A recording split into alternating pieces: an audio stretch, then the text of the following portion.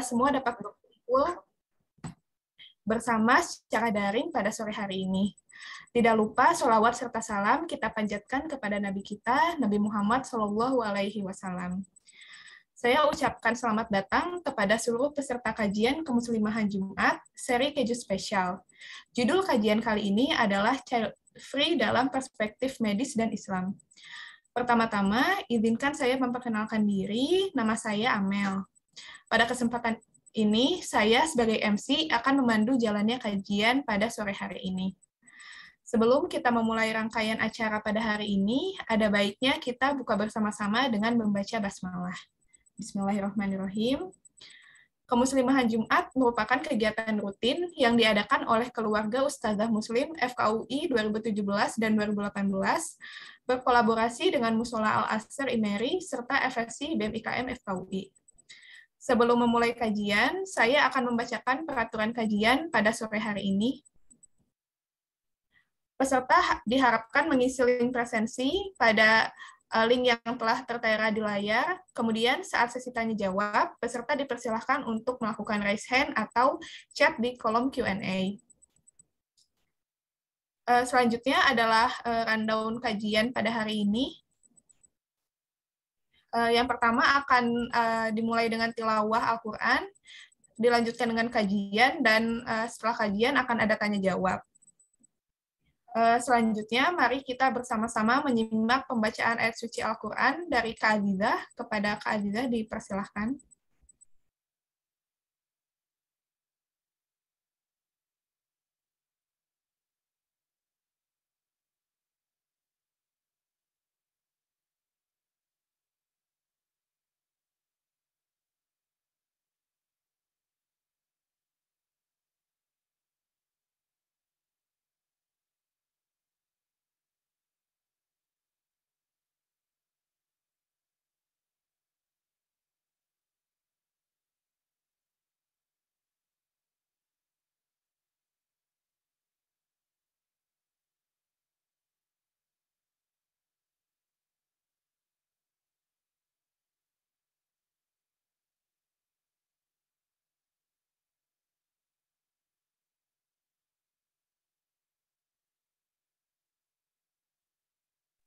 Ya, baik.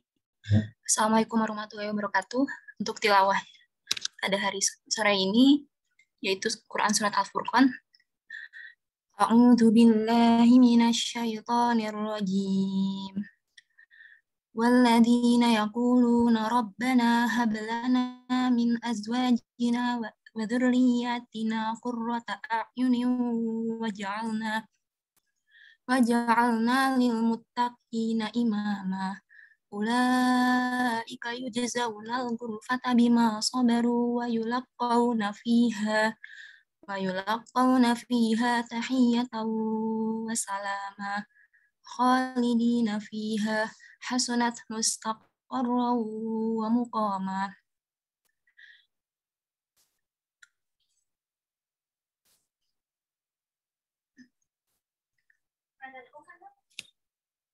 Yang artinya, dan orang-orang yang berkata, ya Tuhan kami, anugerahkanlah kepada kami pasangan kami dan keturunan kami sebagai penyenang hati kami, dan jadikanlah kami pemimpin bagi orang-orang yang bertakwa. Mereka itu akan diberi balasan dengan tempat yang tinggi dalam surga atas kesabaran mereka. Dan di sana mereka akan disambut dengan penghormatan dan salam. Mereka kekal di dalamnya. Surga itu sebaik-baik tempat menetap dan tempat kediaman. Shadaqallahul azim. Maha benar Allah atas segala firman-Nya.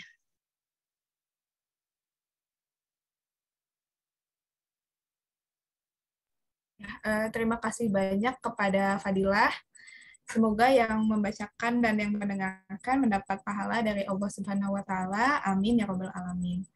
Kajian kali ini akan dibawakan oleh narasumber kita, yaitu Dr. Reginta Yasmin, SPOG. Selamat sore, Dokter. Sore, Assalamualaikum. Waalaikumsalam, Dok. Sehat, Dok? Alhamdulillah, khair, alhamdulillah. Selanjutnya saya akan membacakan CV Dr. Ginta. Beliau adalah dokter spesialis obstetri dan ginekologi dari Fakultas Kedokteran Universitas Indonesia. Saat ini terdaftar sebagai dokter di Pusat Pelayanan Kesehatan Pegawai atau PPKP Pemprov DKI Jakarta. Beliau juga merupakan dosen prodi kedokteran umum di FK UIN Jakarta dan tergabung dalam tim pengajar emergensi obstetri AGD 118 Pusat. Beliau juga aktif berorganisasi sebagai divisi kajian AILA, tim peneliti Cluster Family CGS, dan tim kajian komunitas Nu'un Adabi, serta menjadi relawan BSMI Pusat dan Imanicare. Selanjutnya, mari kita simak bersama pemaparan dari Dr. Reginta Yasmin, SPOG. Kepada dokter, dipersilahkan, Dok. Baik, terima kasih ya. Iya, Dok. Bismillahirrahmanirrahim. Assalamualaikum warahmatullahi wabarakatuh. Alhamdulillahilladzi arsala rasulahu bil huda wa dinil haq liyudhhirahu 'ala dini kullihi wa kafa billahi syahida. Asyhadu an la ilaha illallah wa asyhadu anna Muhammadar Rasulullah. Allahumma shalli ala Muhammad wa ala ali Muhammad. Rabbi shrah li sadri wa yassir li amri wa hlul 'uqdatam min lisani yafqahu qawli. Subhanaka la ilma lana illa ma 'allamtana innaka antal alimul hakim. Ya, terima kasih untuk panitia ya. Mudah-mudahan saya bisa sesuai dengan keinginan panitia mengisi acara keju sore hari ini. Ini saya izin untuk share, sudah bisa ya? Langsung ya? Nggak harus jadi co-host dulu maksudnya? Sudah, Dok. Sudah dijadikan co-host. Baik. Sebentar ya, saya izin dulu.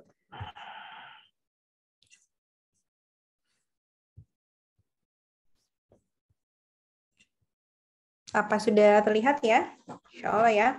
Sudah terlihat, Dok. Ini jadi Ikhwannya ada yang ikutan? Ada, Dok. Oh, ada. Ya udah, bismillah ya.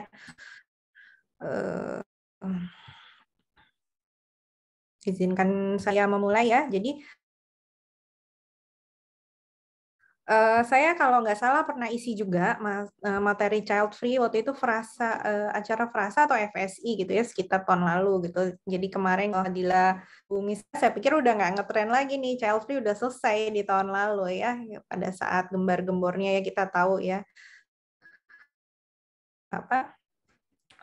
Suatu waktulah di IG sempat heboh sekali masalah child free seperti itu ya, banyak alasannya lah ya, karena masa lalu kecil yang kurang menyenangkan atau misalnya anak sekarang mahal sekolahnya seperti itu ya. Nanti kita lihat sama-sama ya, diskusi aja. Insya Allah sudah paham, apalagi kalau sama Allah diamanah. Ya, ini mungkin kebanyakan teman-teman dari FKUI ya, dari mungkin koas atau yang secara gitu ya, ketemu sama pasien ya, kita mudah-mudahan kita tadaburnya lebih erat ya, maksudnya karena kita bukti hujah itu kita ketemukan setiap hari di keseharian kita ya. Jadi sebenarnya child free ini sudah lama ya, walaupun kalau secara gerakan dia mungkin baru di awal tahun 70-an, tapi istilah ini sebenarnya sudah berkembang dari awal abad 20. Jadi kalau kita search gitu ya di Merriam-Webster, itu kamus besar ya, kamus bahasa Inggris, kamus besar. Jadi memang dulu awalnya child free itu hanya sebuah definisi kondisi di mana seorang individu itu nggak punya anak ya, terlepas dari apakah dia nggak punya anak atau tidak gitu ya.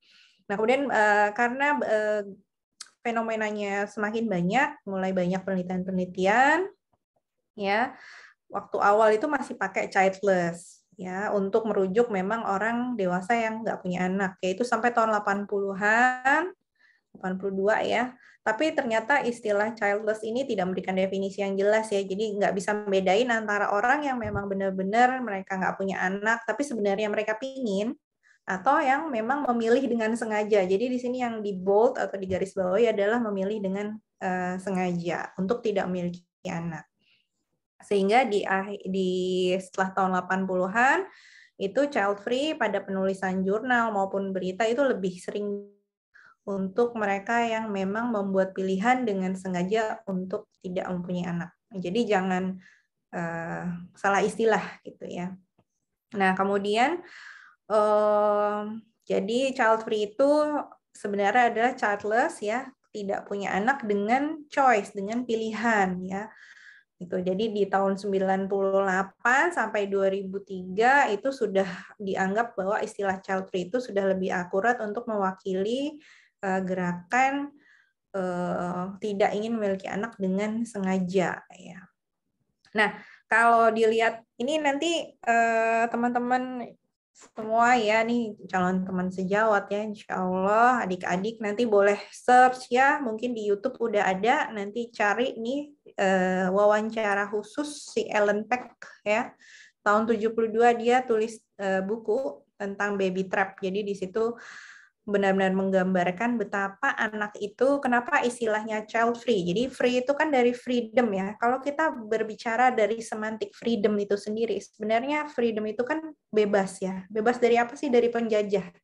Jadi di baby trap ini, Ellen Peck menggambarkan bahwa punya anak itu sebagai suatu penjajahan bagi ibu terutama ya, tapi bagi kedua orang tua gitu ya. Ini ada wawancaranya. Saya sayang ini videonya tuh durasinya sekitar 10 menitan gitu. Sebenarnya saya punya, tapi nanti kalau ada yang tertarik ya bisa nanti mungkin dikirim via Google Drive ya. Gitu. Saya mau attach tapi kayaknya nanti terlalu lama ya. Jadi dalam wawancara itu dia menceritakan isi bukunya. Nah, sejak itu pula ya mulai ada gerakan namanya National Organization for Non-Parents ya. Jadi organisasi yang pertama yang membela hak-hak orang-orang yang memilih child free atau childless by choice. Nah, pada saat itu nanti kalau teman-teman sejarah tahun 70 itu Amerika kejadian apa sih gitu ya. Itu banyak ya feminisme mulai berkembang, kemudian ada political gay itu tahun 60-an itu hampir bersamaan ya. Jadi mengatasnamakan hak asasi manusia, jadi memperhalus bahasa. Jadi kenapa? Karena kaum ortodoks di Amerika pada saat itu ya, yang Katolik ortodoks itu, nah kalau ini kan saya di slide bilangnya perang salib ya, itu kan selalu bertemu di umat Kristen pada saat itu juga tidak setuju dengan gerakan ini sebenarnya. Nah, sehingga pada tahun 70 ini ya Ellen Peck dan tentunya feminisme memakai bahasa yang lebih halus. Jadi kayak reproductive choice. Jadi itu pilihan perempuan mau punya anak atau tidak. Nah, ini bahasanya lebih soft ya, sehingga berhasil itu ideologi child free itu masuk ya ke dalam pemikiran di Amerika terutama pada saat itu. Jadi semua pergerakan gitu ya, apa yang tidak dibawa dalam Islam itu teman-teman harus tahu ini sebenarnya apa sih problem utamanya di mana gitu ya. Apakah itu sesuai atau tidak? Saya rasa kalau teman-teman baca sejarahnya udah dapat jawabannya gitu ya. Oke, kita lanjut. Pada saat itu tahun 70-an ya, banyak gerakan feminisme sehingga angkatan kerja perempuan itu makin banyak ya, banyak perempuan jadi masuk ke pabrik ya. Ini kenapa gitu ya, kalau kita lihat, kita mundur lagi, kenapa di barat itu feminisme bertumbuh kembang, karena tidak ada keadilan mungkin ya. Mau di barat itu sebelum ada ya abad 18-19 perempuan nggak punya hak untuk menentukan misalnya hartanya sendiri seperti itu, nggak punya hak untuk di parlemen, nggak punya hak untuk belajar. Itu berbeda sekali dengan kalau teman-teman baca sejarah tentang kemajuan sains di kita ya, di Islam itu semua boleh sekolah, bahkan banyak para muhadisah ya, ahli-ahli hadis itu perempuan. Dan kebanyakan ulama-ulama kita yang besar itu dibesarkan oleh seorang ibu yang hebat. Ya, jadi pada saat itu kenapa timbulnya di barat? Karena di barat itu berbeda ya. Sehingga pada saat ide child free ini ada, nah kita lihat sebenarnya ide di belakang child free ini siapa aktornya gitu ya. Nggak jauh-jauh dari gerakan feminis tahun 70-an. Kalau kita mundur lagi tahun 60-an itu ada gay politik ya, mirip-mirip lah seperti ini. Ya. Nah, terus ternyata berkembang. Tadinya mereka pertemuannya itu masih ya tertutup, kemudian mereka mulai karena COVID banyak. Jadi 1 Agustus itu Hari Child Free International. Ya, terakhir ini dia virtual yang jadi panitianya nggak usah di Australia. Speakernya banyak ya, mereka semua mereka hubungkan ya dengan child free seperti itu. On the other hand ya, negara-negara seperti mungkin Kanada atau Norwegia, Denmark gitu yang kekurangan jumlah penduduk itu justru memberikan insentif pada warganya. Kalau punya anak nanti dijamin sama negara sekian gitu ya. Memang yang lebih marak gerakan ini di Amerika tentunya seperti itu. Nah, kemudian sejarahnya. Nah, sekarang kondisinya gimana di lapangan ya? Kalau memang memilih child free, tentunya nih kita bahas.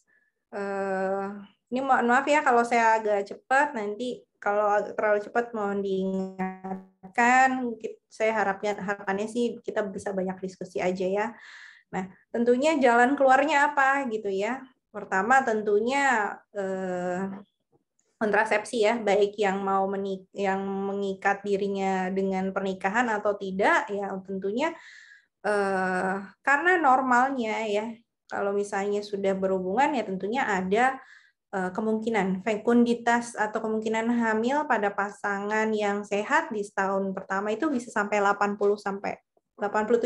kalau penelitiannya Prof. Iko ya kayak gitu ya. Jadi karena memang secara fitrah nanti ya kita bahas tentang tujuan pernikahan itu sendiri ya kita mengharapkan adanya keturunan. Nah, makanya jalan singkatnya gitu ya akan banyak memakai kontrasepsi ya sampai di Amerika tuh bikin penelitian ya kalau pakai IUD kira-kira cost-nya berapa persen efektivitasnya gitu ya. Terus nanti semua penelitian ini nanti dijual juga ke kita ya, kita pakai ini itu gitu ya, ini efektivitasnya sekian gitu ya. Itu sebenarnya Barat atau Amerika ingin menghadapi, berupaya gitu ya, memecahkan masalah yang mereka buat sendiri masalahnya sebenarnya ya. Ini macam-macam ya, kita udah tahu ya. Tentunya kalau misalnya ujian OSC gitu ya nanti pastikan ini gitu, kita sadar atau tidak sadar sebenarnya apa yang kita suguhkan ke pasien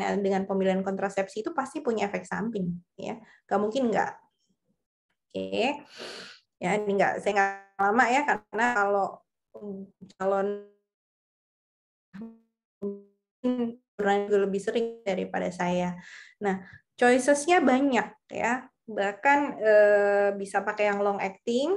Ya itu sampai mereka benar-benar penelitian berapa dolar nih gitu ya. Kalau pakai Mirena berapa dolar harus keluar. Kalau yang pakai biasa berapa dolar. Ini dihitung dalam waktu 5 tahun, 8 tahun ya efektivitas yang mana. Nah, selalu perhatikan gitu. Tidak pernah ada metode apapun yang tidak luput dari risiko maupun komplikasi ya. Apalagi kalau misalnya kita pakai hormonal.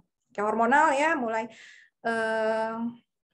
saya nggak pernah dapat pasien tuh yang enak gitu ya pakai pil atau suntik itu yang nggak ada keluhan ya. Apalagi hormonal mulai dari pusing, tensinya tinggi atau kadang-kadang berdebar atau bisa bikin pengentalan darah. Apa ketika kita tambahkan itu kan jadi suatu yang tidak normal ya. Jadi sekarang ya saya juga mungkin saya udah nggak tua gitu ya, jadi sekarang juga pilih-pilih sekali sama pasien gitu, kira-kira ini perlu nggak ya gitu.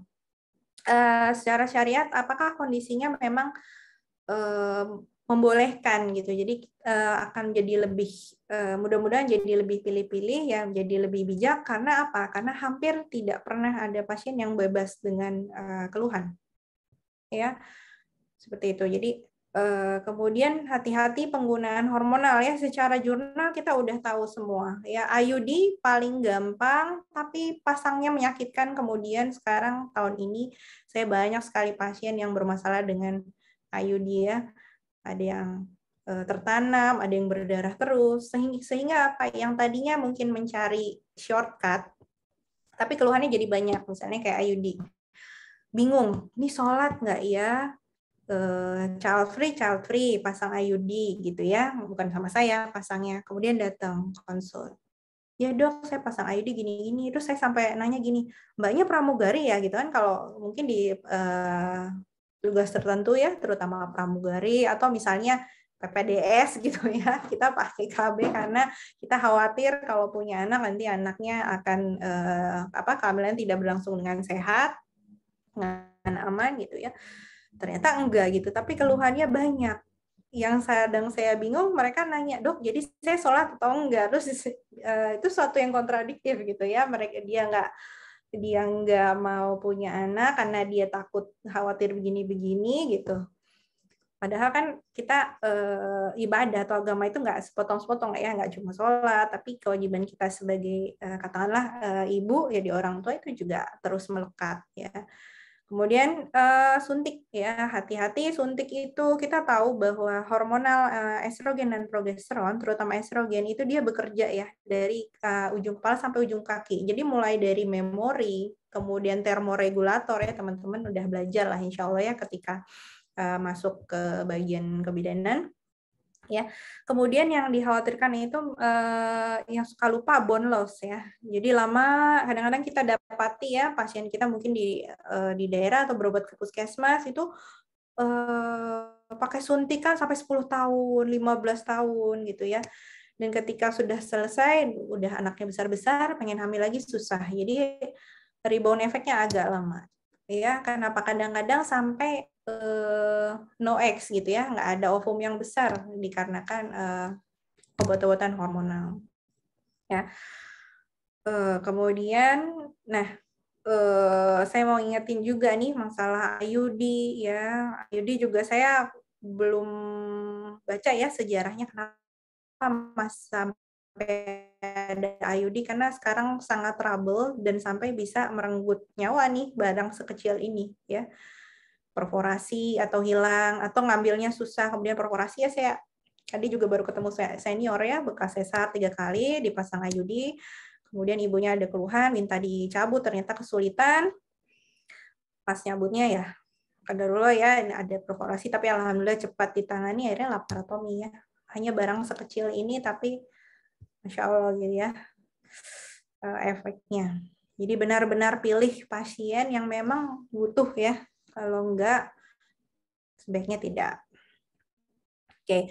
Nah, kemudian kalau terlanjur hamil gimana? Nah, ini ya. Jadi, kalau teman-teman buka website CDC atau WHO, ya, Barat atau Amerika itu yang menggaung-gaungkan child free, itu ternyata mereka nggak bisa menurunkan angka masalah lah di lapangan ya, kesakitan ya, kayak angka aborsi. Mereka mau ada child free, tidak ada child free dengan metode KB yang sangat mudah diakses, bahkan anak kelas 6 SD udah diajarin pakai ini, mereka punya private kliniknya untuk anak-anak gitu ya, itu, jangan deh, mudah-mudahan kita nggak ya.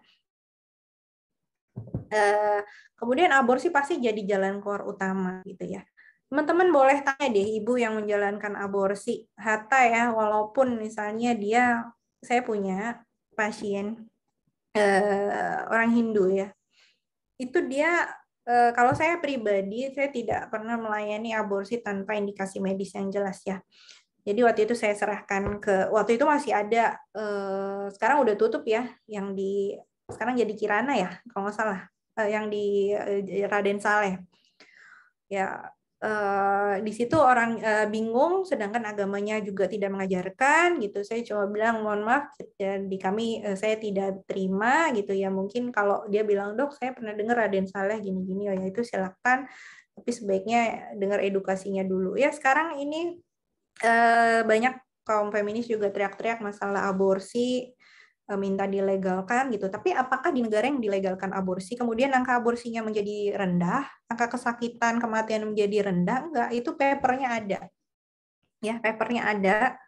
Kemudian penelitian tentang pendidikan kesehatan reproduksi mereka, ya CSE yang digembar-gemborkan itu juga tidak bisa menurunkan kesakitan ya. Jadi metode-metode ya, kalau saya lebih percaya pencegahan itu masih lebih baik. Sebaiknya kita potong, jangan sampai terjadi hubungan suami istri ya, mendingan seperti itu. Nah ini angkanya masih fantastis sekali, dari 2010 sekarang sudah 12 jalan 12 tahun nggak pernah turun ya. Karena masalah child free ini tentunya banyak unwanted pregnancy, sehingga kalau unwanted pregnancy secara statistik juga akan makin tinggi ya unsafe abortion-nya. Nah, ya di Jakarta juga masih banyak ya klinik-klinik yang saya kurang tahu kalau di daerah, tapi yang jelas daerah Raden Saleh itu juga masih banyak yang belum terciduk. Nah ini daerah-daerah di mana yang merah ini kalau pasiennya mau aborsi dia nggak butuh persetujuan lagi ya, karena ada legal. Makanya daerah yang abu-abu yang belum ada legal banyak yang teriak-teriak juga feminismenya. Oke, ini udah pada tahu ya, saya skip aja. Jadi aborsi itu walaupun dilakukan secara legal, tetap aja kita ya namanya dokter ya, adik-adik teman-teman tahu kita pasti akan bilang ada risiko ini gitu. Pernah dapat satu kasus ya, mohon maaf, dia 3 kali kuret, kemudian dia akhirnya menikah dan dia promil, ternyata susah. Ternyata ada Asherman syndrome, jadi ada perlengketan ya, ada adhesion.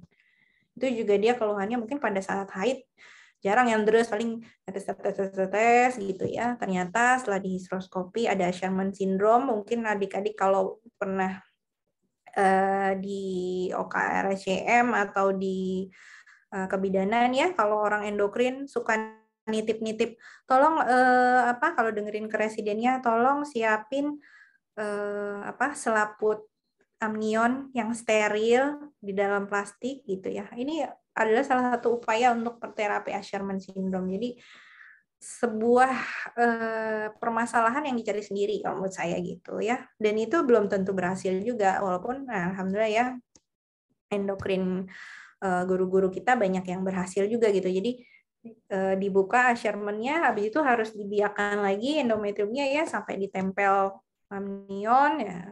Ribet ya sebenarnya, aduh, pekerjaan yang sulit ya. Kemudian komplikasinya mudah-mudahan kita dijauhkan ya. Nah ini yang kayak gini juga banyak ya. Kalau misalnya aborsi itu tindakan ini dengan obat, ini banyak sekali dan sangat mudah, beli di Pramuka juga bisa, bahkan ada yang ngasih nomor handphone ya, ini hubungnya segini-segini ya. Nah karena kebanyakan juga awam gitu ya, kalau medis jarang ya. Saya jarang sekali menemukan pasien yang dianya tuh paham gitu ya. Kalau paham pasti nggak berani ya. Rata-rata yang nggak paham dan sudah panik ya, jadi ngambil shortcut seperti itu. Oke, itu tadi angka aborsi ya. Ini child free, kita PMS ya. PMS ini datanya sangat mudah diambil ya di CDC ya, dengan adanya gerakan ini. Nah, ini angka-angka yang seperti ini ya, karena tidak ingin masuki sebuah pernikahan yang sakral gitu ya, maka ya itu tadi ya, seks bebas ya, temennya nggak jauh-jauh lah STD. Makanya STD itu nggak pernah turun. Dan yang shocking adalah di luar maupun di Indonesia ya, kita dulu sudah jarang sekali sifilis, tapi 2019 akhir itu ada KLB di Tangerang Selatan. Maka pada saat itu tadinya triple eliminasi, kita harus inform konsen ya sama pasien, tapi sekarang enggak. Jadi semua udah harus periksa HIV, hepatitis, sifilis. Nah itu sebenarnya dampaknya berat ya, menurunkan keturunan generasi yang lemah ya karena sakit-sakitan. Nanti ini bisa diakses. Kemudian angka HIV juga nggak pernah turun ya. Nah ini kalau ini nanti mungkin sudah ada data yang baru ya, yang 2022 ini dari Dokter Inong saya dapatnya ya. Dia Dokter Inong kalau udah kuliah tentang ini udah benar-benar nggak sabar ya, gusar beliau. Ini baru 3 bulan pertama ini Ginta katanya, tapi kasus Indonesia udah seperti ini gitu ya. Ya kalau medis nanti bisa dibaca sendiri, tapi ini benar-benar apa yang suatu gerakan yang tadinya mungkin ingin keluar dari suatu masalah yang mereka pikir itu masalah, belum tentu membuahkan hasil yang baik gitu ya. Nah ini juga yang menyedihkan adalah ya karena terkena di usia reproduktif ya. Jadi bukan produktif maksud saya ya. Usia angkatan kerja, angkatan sekolah 20 sampai 50 itu case-nya makin banyak gitu ya. Oke. Nah, sebenarnya kalau teman-teman dari kedokteran atau yang mengusung child free gitu ya, kan ada ya, adalah kondisi yang nggak boleh ya, memang ada gitu. Kalau memang ada kontraindikasi, maka kita bicaranya akan berbeda gitu ya. Jadi teman-teman udah tahu ya, kalau misalnya ada gangguan ya defek di jantung itu juga nanti kan ada fungsi kelas berapa 1, 2, 3, 4. Kalau fungsi kelas 1, 2 mungkin masih bisa hamil ya. Yang fungsi kelas 3 ada 4 yang berat ketika pembebanan kehamilan ya mungkin memang kontraindikasi ya. Tidak boleh hamil sama sekali. Ya, kemudian ada autoimun yang berat, tapi sekarang dengan kemajuan ilmu pengetahuan juga autoimun banyak yang bisa kita perbaiki kondisinya ya. Pada dalam waktu 6 bulan dia tidak flare, maka biasanya pasien SLE pun boleh untuk hamil. Ya, atau kelainan ginjal. Ini yang benar-benar memang nggak boleh gitu ya. Kenapa? Karena membahayakan nyawa ibu. Jadi kita melihat yang menarik suatu hukum tidak membolehkan gitu. Kalau di Islam itu kan kita membela darah, nyawa, harta gitu ya, membela agama. Nah, kalau memang ini bicaranya membahayakan nyawa ibu, tentunya kehamilan itu ya kontraindikasi gitu ya. Bahkan terkadang kita butuh pembicaraan komite medik gitu ya, apakah ini harus diteruskan atau tidak gitu ya. Saya pernah dulu di waktu PPDS itu ya akhirnya ya karena berat ya Marfan syndrome, saya itu baru hamil awal ya 6 minggu kalau nggak salah, itu juga udah berat sekali, harus di ICU ibunya. Akhirnya ya ini diputuskan dari ini tidak dilanjutkan gitu ya. Dan alhamdulillah hukum di Indonesia juga masih cukup ketat ya untuk masalah pengguguran kandungan. Nah sebenarnya kalau dari medis gitu, apa sih manfaat kehamilan ya banyak ya, karena itu kan nature-nya kita, fitrahnya kita, tentunya ya Allah juga banyak manfaat gitu ya. Saya senang ya, ini saya dapat di sebuah majalah, tapi dia sebenarnya kumpulan kesimpulannya dia banyak jurnalnya juga. Jadi any mother will tell you that parenthood is full of untold joy. Jadi banyak kesenangan, tapi susahnya juga banyak. Nanti kalau teman-teman sudah menjalani ya mulai dari kita capek gitu, tapi kalau kita lihat anak kita sehat, kita senang lagi ya, rumah yang berantakan gitu, terus tiba-tiba kayak saya nih cuma tinggal berdua sama suami di rumah ya, anak-anaknya udah pada besar, udah di pondok seperti itu. Kita memori yang dulu itu mungkin kita capek, kita marah pada saat itu, tapi ketika kita ingat, oh alhamdulillah sudah terlewati dengan baik ya. Ya, diantaranya kehamilan itu positif efeknya nih, yang pertama haidnya bukan lebih lancar, less pain biasanya. Kenapa? Karena secara kedokterannya pada saat kehamilan ya terjadi pengembangan dari myometrium ya menjadi lebih lunak ya. Jadi ketika nanti setelah lahiran kemudian kita mendapatkan haid lagi, itu biasanya kontraksinya tidak terlalu sekencang kalau belum hamil gitu ya. Ini terbukti juga di jurnal. Kemudian kalau yang lain ya lower risk breast cancer karena ada menyusui gitu ya. Jadi hamil dan menyusui itu sebenarnya benar-benar fase istirahat bagi organ reproduksi perempuan. Like fasting gitu ya. Kita kan tahu puasa itu banyak sekali ya manfaatnya untuk usus. Jadi usus bisa memperbaiki dirinya ya.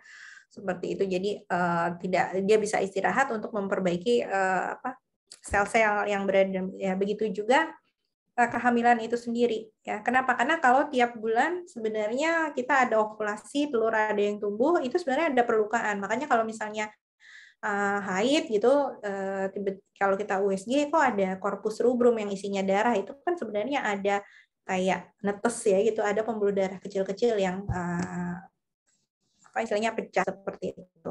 Nah, kita diistirahatkan sebenarnya dari hal-hal seperti itu. Makanya ya ini dari dulu sampai sekarang selalu kalau di textbook maupun di jurnal pasti lower ovarian cancer, lower endometrial cancer. Ya, kemudian reduce risk penyakit autoimun, bahkan ada beberapa kasus dia remisi. Kenapa? Karena pada kehamilan ya secara fisiologi kita tahu karena kita harus menerima 50% gen dari suami itu, maka T helper itu nanti akan diturunkan. T1, T2 nanti keseimbangannya akan berubah sehingga calon bayi yang tadinya zat asing setengahnya punya suami itu bisa diterima dengan baik dan bisa berimplantasi dengan baik. Jadi ternyata itu secara patofisiologi untuk penyakit autoimun itu semacam jadinya apa ya? Secara klinis juga dia agak tenang gitu autoimun disease-nya. Ya. Kemudian yang ini Bigger Brain, ini ada bukunya. Jadi ini Catherine Ellison itu dia bikin penelitian juga. Nanti teman-teman rasain lah ya. Kita kalau jadi ibu, jadi orang tua tuh harus segala bisa gitu. Kayak saya mungkin tadinya yang nggak bisa benerin alat elektronik gitu, tiba-tiba anak, Bun ini gini serikalnya nggak nyala, kita kutak-atik bisa gitu. Jadi akan enhance, maksudnya kita pengen bisa nih ya untuk anak kita bantu. Nah itu saya pernah juga baca, bukan baca ya, saya lihat di IG gitu ya. Nah ibu-ibu biasa, tapi dia pengen bikin kamar anaknya sendiri, padahal dia bukan ahli pertukangan, dia cuma modal YouTube lihat, tapi dia akhirnya bisa ngerjain semua bahan-bahan kayu, tempat tidur apa buat anaknya gitu ya. Jadi di buku ini Motherhood makes us smarter, ini terbukti secara ilmiah ya. Kalau misalnya sekarang kan senangnya apa-apa harus ada terbukti ilmiah, tapi ini memang ada ya nanti bukunya. Ya, kalau greater empathy, stronger relationship ini tentu ya, karena kalau kita biasanya pengalaman membesarkan anak, kemudian kalau kita dengar dari pasien atau dari teman gitu, kita kan, oh iya ya, gue juga ngalamin kayak gitu ya. Dan biasanya produktivitas ibu orang tua itu ya dibanding yang child free itu akan lebih banyak. Kenapa? Karena waktu kita lebih sempit, pekerjaan kita lebih banyak, kita biasanya udah ancang-ancang, besok harus ini. Ya udah kayak gasing tuh. Kesana kemari, selesai. Ya, healthier lifestyle ya, karena biasanya lebih banyak mobilisasinya dibanding yang child free. Oke. Itu tadi efek ke kesehatannya. Nah, sekarang tentang keluarga ya, tentunya paradigma ini sebenarnya hanya memperhalus aja perjuangan-perjuangan feminis untuk bebas dari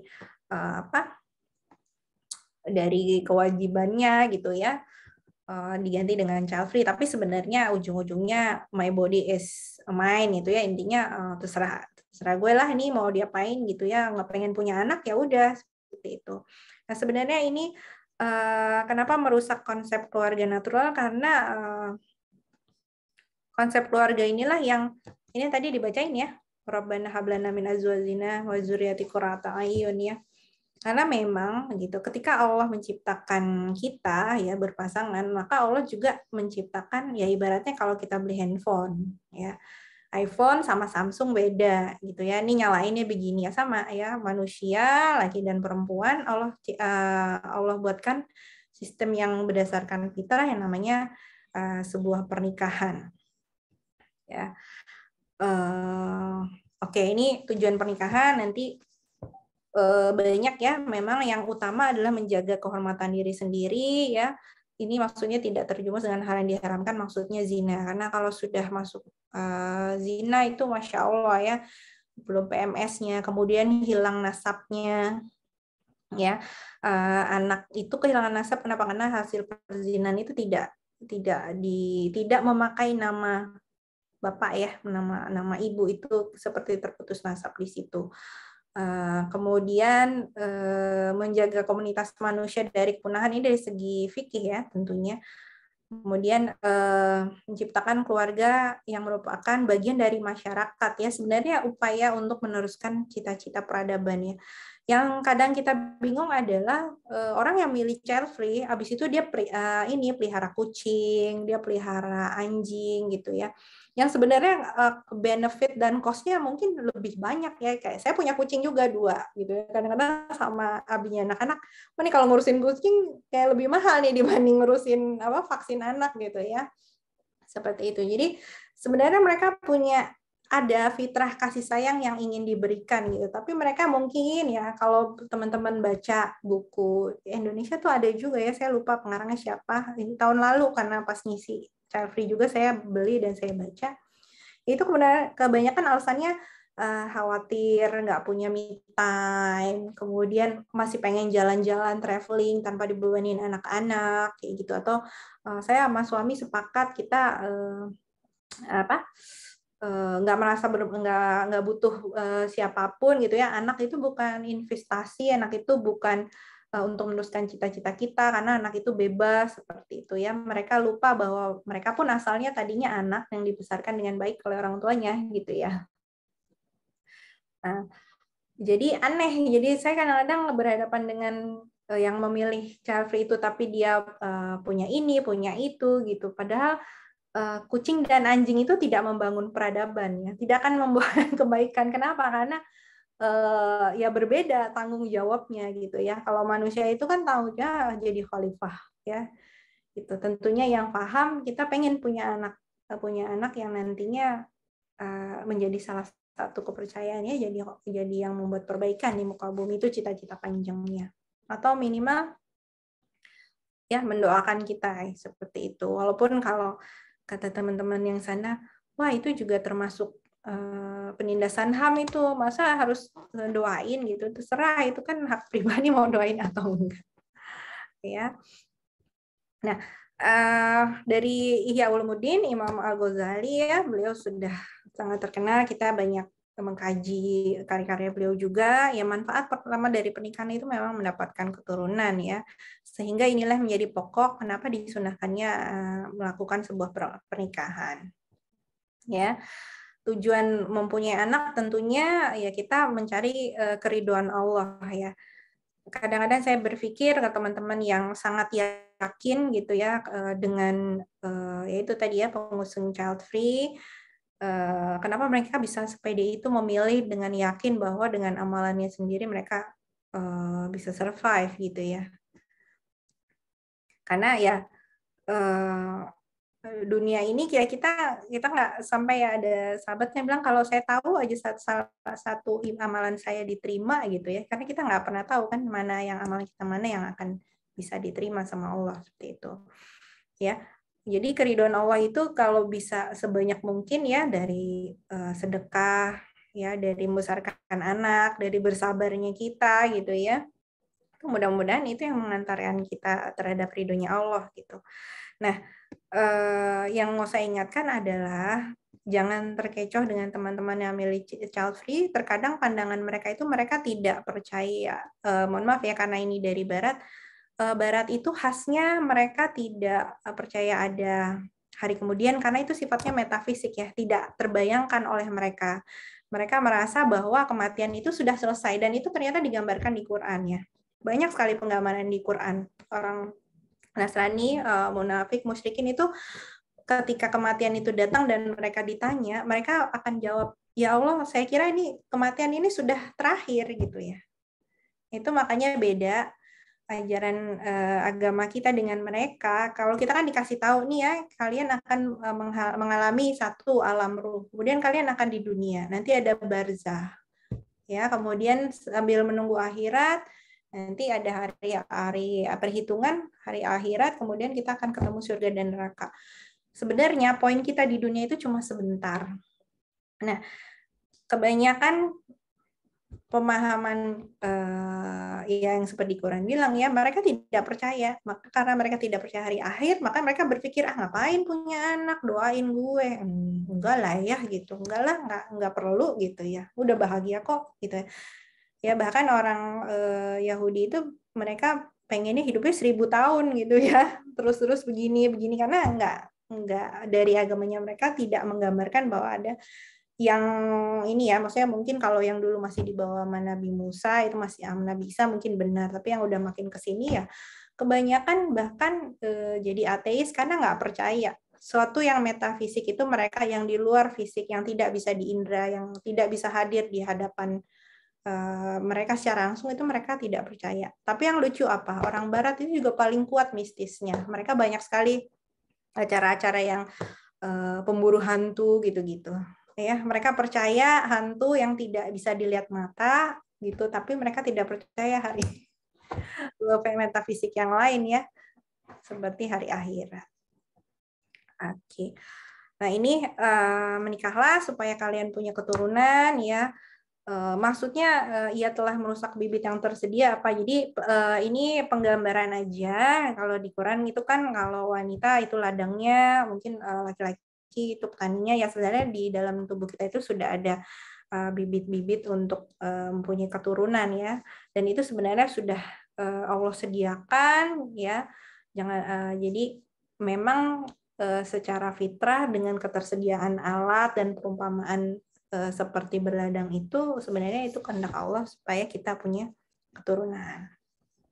Seperti itu. Oke, mencari kecintaan Rasulullah tentunya ya ini hadisnya udah sering ya kita dengar ya, Rasulullah ingin punya keturunan yang berlimpah, yang dinaungi dengan kasih sayang. Mencari keberkahan ya ini bukannya mendoakan maaf bukan ini yang satu lagi. Kalau yang ini bahasnya tentang ya ini kita udah sering ya dari kecil, dari kita TPA mungkin SD ya kita selalu diajarkan 3 amalan yang tidak akan putus ya, ilmu yang bermanfaat, kemudian amal jariah dan doa anak yang soleh. Ya kalau nggak percaya ada dunia lagi setelah dunia ini ya nggak berlaku yang kayak gini apa nih gitu.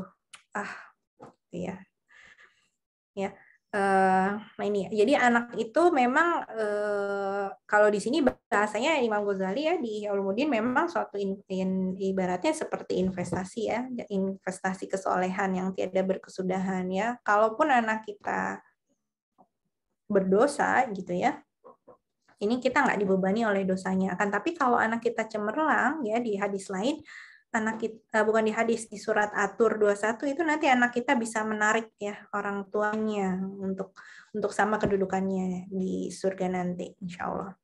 Nah ini jadi dari tafsir surat At-Tur ya, orang-orang beriman yang anak cucu mereka mengikuti mereka dalam keimanan, kami hubungkan anak cucu mereka dengan mereka, kami tidak mengurangi sedikit pun pahala dari mereka. Jadi kalau memang pahala anak kita lebih bagus, nah itu nanti akan menarik kita gitu ya. Tapi ketika mereka berdosa, maka kita tidak ditimpakan dosanya kepada orang tuanya seperti itu. Dan nanti ilustrasinya di tafsir At-Tur ini orang anak kita itu bisa menarik ke level yang sama ya. Misalnya kita mungkin lebih rendah daripada anak kita, tapi nanti ketika di akhir di surga itu bisa kita akan dihubungkan lagi, akan dipertemukan lagi sama Allah. Oke, ini mencari syafaat ya, sedihnya kehilangan anak itu ya, saya kalau mendampingi ya ini suatu proses yang berat ya. Tapi Rasulullah juga mengalami ini gitu, dan kita tahu bagaimana Rasulullah mengajarkan menghadapi ketiadaan anak seperti apa gitu ya kan. Kemudian beliau menghibur ya, ini salah satu waktu itu sahabat juga ada yang seperti itu.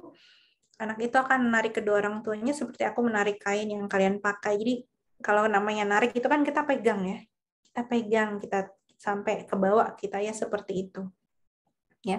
Jadi tidak ada kesia-siaan dalam penciptaan Allah ya. Kadang kita mungkin ya kalau saya dalam 2 pekan ini ada pasien 1 hidrops ya, ibunya karena saya modelnya pro-life, saya bilang kita tunggu aja Allah yang ngambil ya.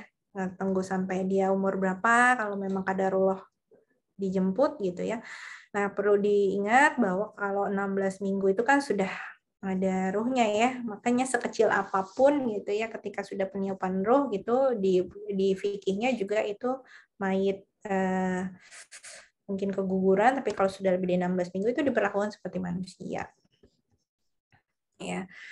Jadi ada yang pernah nanya, jadi harus umur berapa? Ya nggak harus umur berapa ya. Ketika memang sudah disempurnakan sebagai wujudnya manusia, maka fikih yang berlaku pun layaknya seperti kita saya pernah nanya ya. Jadi harus dimandiin juga ya Ustadz ya. Saya nanya Ustadz, iya kalau sudah ada peniupan roh berarti sudah manusia seperti itu. Ya, bahkan hal yang sedih akan membawa kegembiraan di nantinya ya. Oke, ini udah tinggal beberapa menit lagi ya, saya tunggu. Ini tinggal sedikit ya. Jadi wanita itu, ya kita tahu ini udah sering banget, ya apapun posisinya, ya sebagai anak, ya anak kita itu nanti akan, kalau dia perempuan, dia akan membuka pintu surga bagi bapaknya. Ya, makanya nih buat bapak-bapak nih, kebetulan ada yang bapak-bapak ya yang ikut gitu. Saya juga kadang-kadang suka tercengang sendiri sama pasien kalau lagi USG, dokter laki kan gitu ya. Pasti gitu, pengen sekali punya anak laki ya. Padahal nanti kalau anak laki ikut sama istrinya biasanya. Saya kan bersaudara bertiga, adik saya semuanya laki-laki. Tapi orang tua juga ujung-ujungnya sama saya, yang anak lakinya sama istrinya.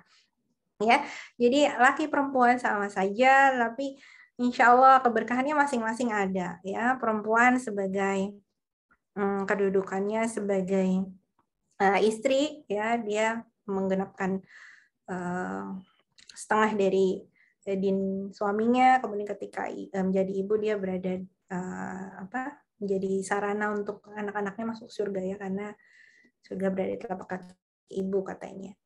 Kemudian bahasa Arab itu sangat indah ya. Kenapa hamil, menyusui itu menjadi ibadah gitu ya? Karena rahm ya, womb atau uterus itu diambil akar katanya dari sifat Allah ya, dari Rahman. It name it after me dalam sebuah hadis qudsi. Jadi sebuah kemuliaan itu ya. Tugas yang kita emban itu adalah sebuah kemuliaan, walaupun kita akan menghadapi banyak cobaan, trial, tribulation ya, jadi seorang ibu. Kayak gitu.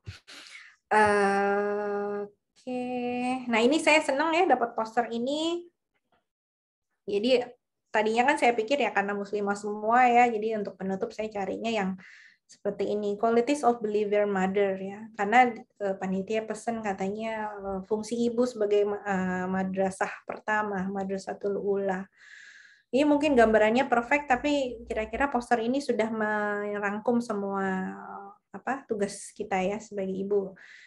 Jadi ibu itu dia harus mature, dia bijak ya, jadi dia tahu selalu mengutamakan anaknya terlebih dahulu ya, bukan berarti before comes before, bukan berarti karir itu nggak boleh, social life itu nggak boleh ya, atau kebutuhannya sendiri gitu. Dia cares for the souls. Ini saya senang bahasanya souls. Jadi jiwa ya.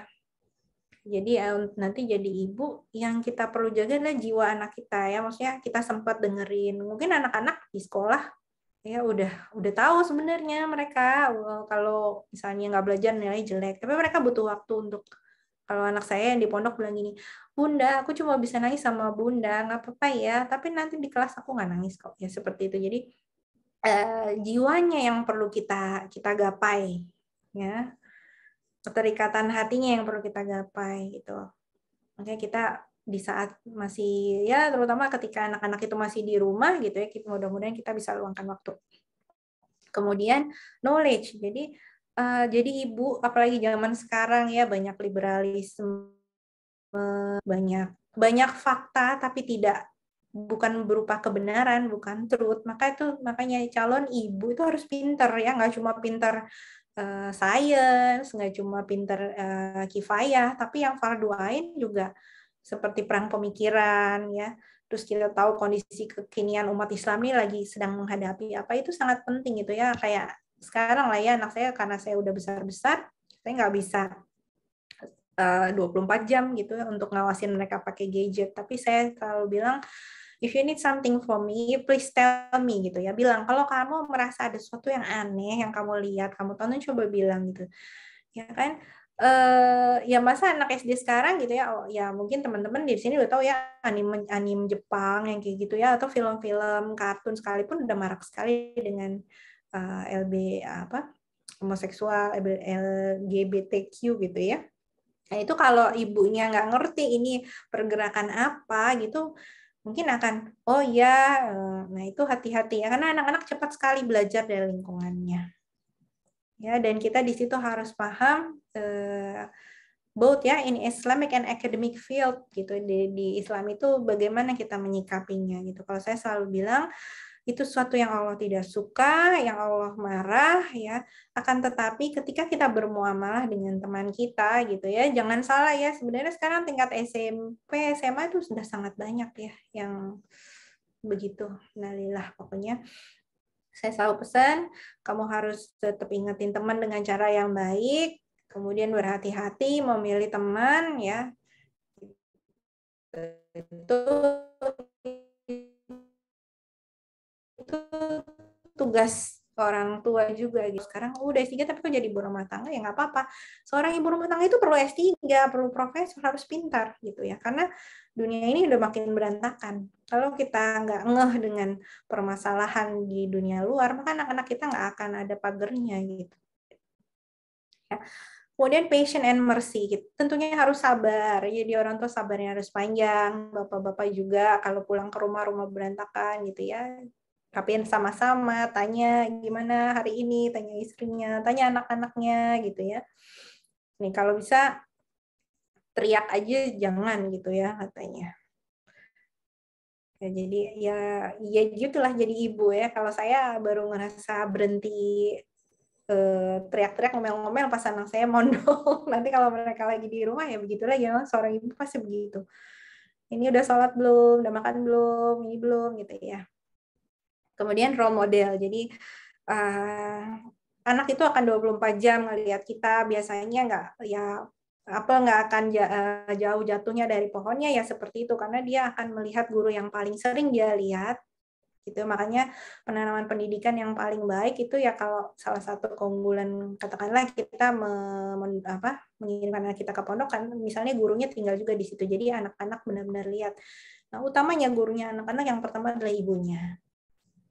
Ya, jadi dia lihat keseharian, oh ibu saya memperlakukan bapak saya begini, oh ibu saya ke tetangga saya seperti ini, oh ibu saya itu yang lebih membekas ya kepada anak-anak.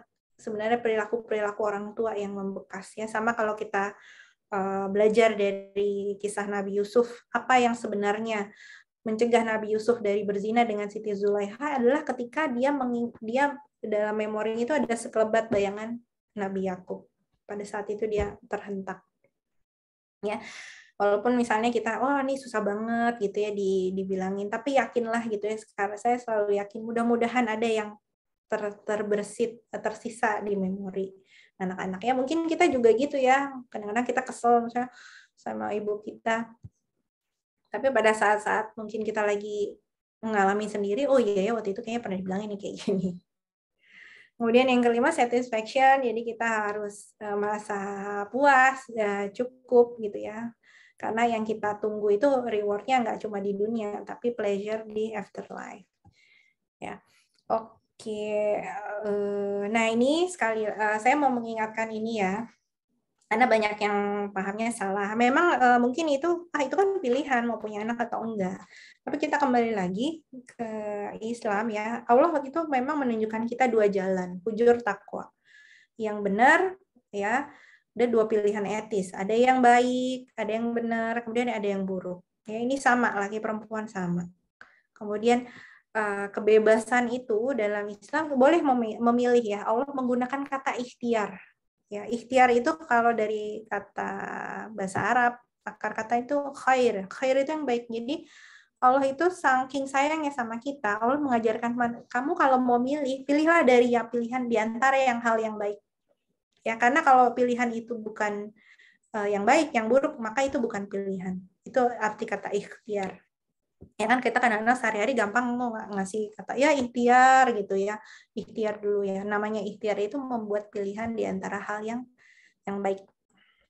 Ya, bukan membuat pilihan di antara ada yang baik ada yang buruk, itu bukan pilihan ya. Kalau di Islam itu ikhtiar, kita pilih yang baik. Nah, ini saya rasa udah terakhir ya. Mudah-mudahan ini saya mengingatkan saja kembali ya, apa yang kita usung dengan kebebasan itu apakah memang kebebasan yang Allah jamin keselamatannya untuk kita, apakah itu memang yang Allah mau atau sekedar itu hanya aturan yang dari manusia sendiri yang buat gitu ya, dengan mengatasnamakan hak asasi manusia. Nah, wallahu a'lam bishawab. Sepertinya ini sudah slide terakhir ya. Sudah, alhamdulillah. Mudah-mudahan ada manfaatnya. Kalau ada kata salah, saya mohon maaf keterbatasan saya ya sebagai manusia. Saya kembalikan acaranya ke Amel. Ya, Pak, terima kasih banyak Dr. Ginta atas materi yang telah disampaikan. Selanjutnya kita masuk ke sesi tanya jawab. Bagi peserta yang ingin bertanya, dipersilakan untuk mengirimkan pertanyaan melalui kolom chat Zoom dengan format nama _ pertanyaan. Ataupun jika ada peserta yang ingin bertanya secara langsung, dapat melakukan raise hand terlebih dahulu. Ya dok, ini sebetulnya sudah ada satu pertanyaan dok dari anonim. Pertanyaannya, bagaimana tanggapan dokter mengenai keadaan populasi dunia yang semakin banyak saat ini jumlahnya? Apakah sebaiknya dibiarkan saja untuk saat ini terkait dengan pilihan child free itu, atau kita tetap harus mendakwahkannya mengenai pentingnya untuk melanjutkan keturunan dok? Oke, ya ini dibahas juga nih ya. Jadi ada yang kaum naturalis ya, mencintai bumi gitu ya. Saya jawabnya simpel aja ya. Jadi saya pernah nemenin suami saya nih, yuk kita lihat kebun yuk di Cianjur gitu. Cianjur sama Jakarta deket ya. Tapi tahu nggak sih, jam 4 tuh udah gelap banget. Kosong, hutannya kosong. Hamparan bumi tuh luas ya. Jadi kalau menurut saya ya untuk berkembang biak itu kan sebuah sunatullah ya. Ini bumi itu sebenarnya masih banyak yang belum kita tempati gitu ya. Di Indonesia deh kita nggak usah ngomong yang di Antartika yang dingin gitu, yang di Jawa aja gitu ya. Saya juga cuma sampai nanya gitu sama Pak RT-nya, Pak ini jarak rumah ke sini, ini ada orangnya nggak sih? Nggak Bu, orangnya pada ke kota, pada kerjanya di Cianjur. Tanahnya di sini mah lebar-lebar sebenarnya ya. Jadi itu memang salah satu yang diusung sama kaum-kaum naturalis ya, merasa manusia itu hanya merusak bumi, populasi yang banyak ini akan membuat bumi makin hancur gitu. Ya sebenarnya kalau kita diajarkan memang kan manusia itu tugasnya menjaga bumi ya, khalifah gitu. Jadi kalau misalnya manusianya nggak ada, siapa yang mau jaga? Gitu ya. Kayak gitu ya, banyaklah hal-hal ini. Pertanyaannya bagus karena banyak juga jadi kebingungan gitu ya, apakah memang karena kita ngerasain tinggalnya misalnya kita di Jakarta, oh Jakarta padat banget, kemiskinan banyak, coba kita minggir sedikit ya, sampai kadang-kadang teman saya yang di Jawa Barat bilang ya pembangunan mah cuma di Jakarta aja, coba udah minggir sedikit mah enggak gitu ya. Jadi masih sebenarnya masih luas, masih banyak tempat yang bisa ditinggali. Cuma memang manusia ya karena nggak amanah gitu ya, atau keterbatasan ilmu, atau punya ilmu tapi ilmunya salah, mengelola bumi ya, 3 komponen ya, mineral, hewan dan tumbuhan itu tidak beradab kitanya. Jadi kesannya manusia ini hanya merusak saja gitu. Makanya ada nanti Greenpeace yang kayak gitu ya, gerakan Go Green, nah seperti itu ya timbul karena sebenarnya ya manusianya tidak bisa dipungkiri melakukan banyak kerusakan juga gitu. Tapi apakah akan selesai dengan meniadakan manusia atau mengurangi terus masalah buminya selesai? Enggak juga, justru ya jelas-jelas kita yang harusnya ngurus ya. Betul. Oke. Ini PPT dan recording. Nanti saya ada satu buku bagus, nanti saya titip ke panitia ya tentang child free lah ya. Bukunya ringan, bahasa Indonesia, bisa dibuat baca-baca lah. Begitu. Mungkin ada tanggapan dari yang bertanya tadi? Ya, mungkin dari tidak ada dok, tidak ada tanggapan dari penanyanya. Baik, terima kasih Dokter Ginta. Dari teman-teman yang lain, apakah ada yang ingin bertanya?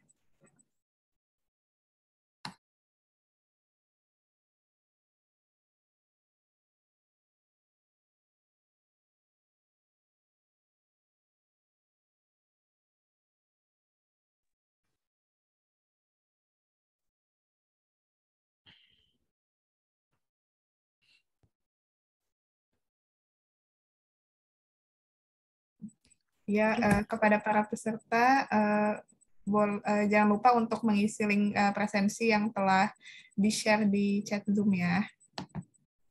Selanjutnya ada pertanyaan lagi, Dok. Dari Nimas. Assalamualaikum warahmatullahi wabarakatuh. Selamat sore, dokter.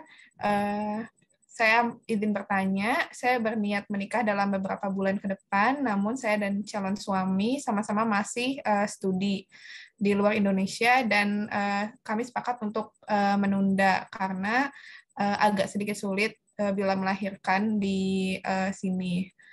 Namun saya takut bahwa dengan begitu Allah tidak ridho. Bagaimana pandangan dokter?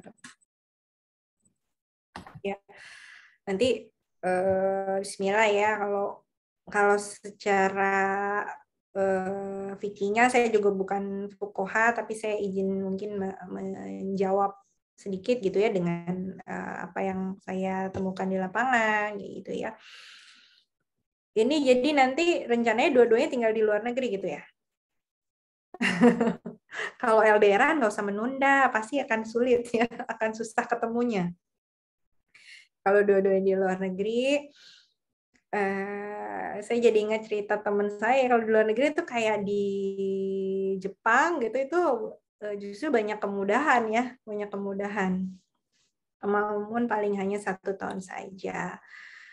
Ya, kalau memang ini sebenarnya sih kalau dari syarinya tidak gawat darurat ya, dalam artian harus pakai KB metode yang bagaimana gitu ya. Karena yaitu 1 tahun bersama itu kemungkinannya kalau matematiknya 80-87%. Ya, ini nanti mungkin bisa didiskusikan lagi ya. Karena ketika Allah menghadirkan anak pasti nanti akan banyak kemudahan. Ya, saya cerita sedikit lah pengalaman saya ya. Saya dulu menikah koas ya, suami waktu itu asdos. Kita bingung kan ya, maksudnya dengan gaji sekian gitu ya.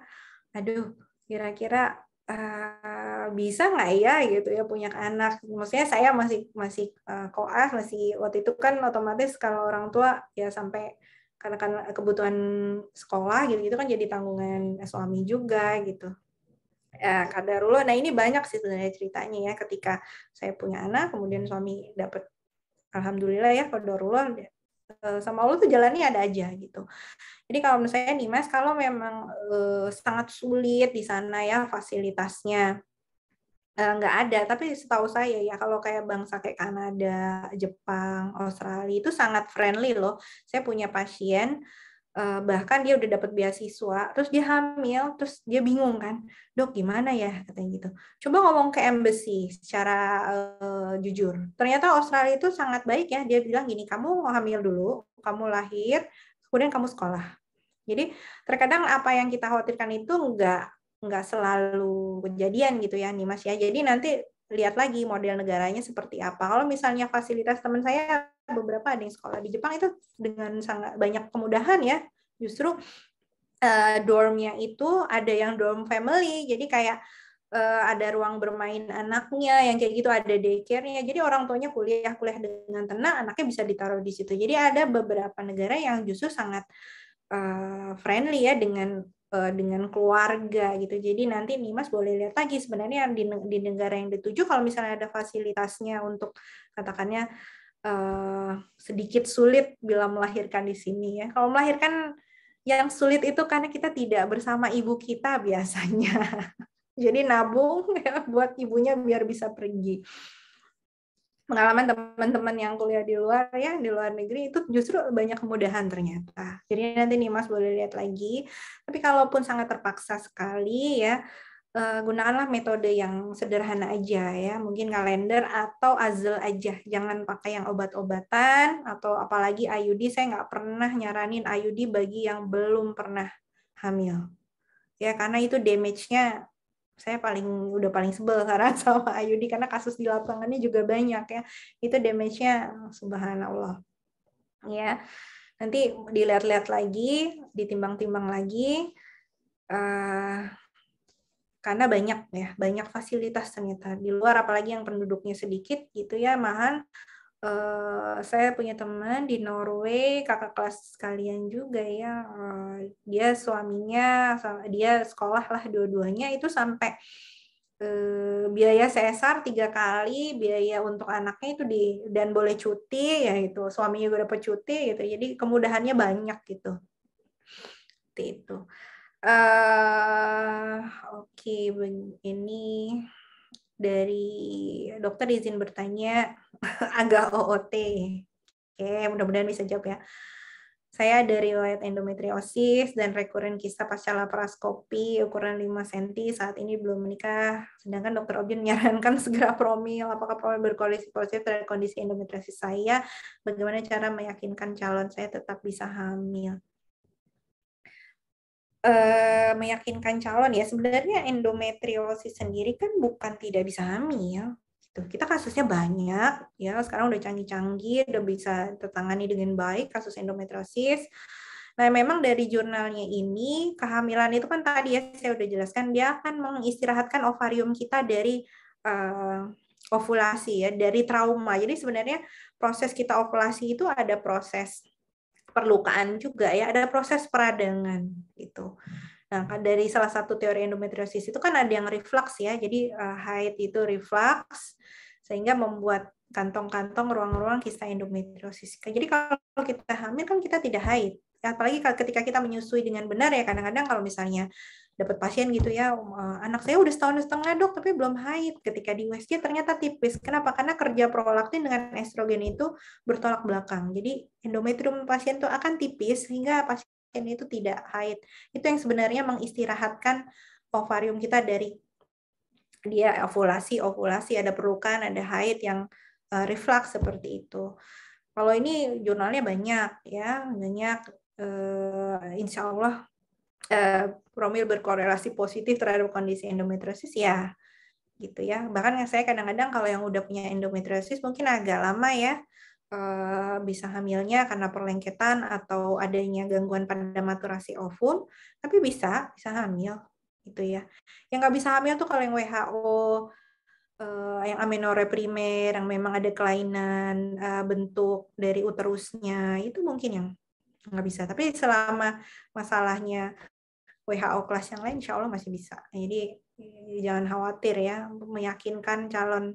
Nah ini nanti meyakinkan calon untuk tetap bisa hamil, nanti kita balik lagi ke tujuan pernikahan, awalnya apa, yang kedua apa, kemudian insya Allah kalau visinya sama, kita berjuangnya sama-sama ya. Jadi, nah ini ya salah satu di pihak lain banyak yang teriak-teriak child free, tapi burden infertility itu juga sebenarnya tinggi sekali dan itu lebih menguras soul-nya perempuan gitu ya, jiwanya pasien-pasien itu. Nah ini penting banget nih, makanya saya senang ya kalau ada bapak-bapak kajian kewanitaan ikut gitu, karena kita sharing kayak promil. Saya selalu bilang sama pasien, suaminya mana gitu ya, karena ini proyeknya 50-50 gitu ya.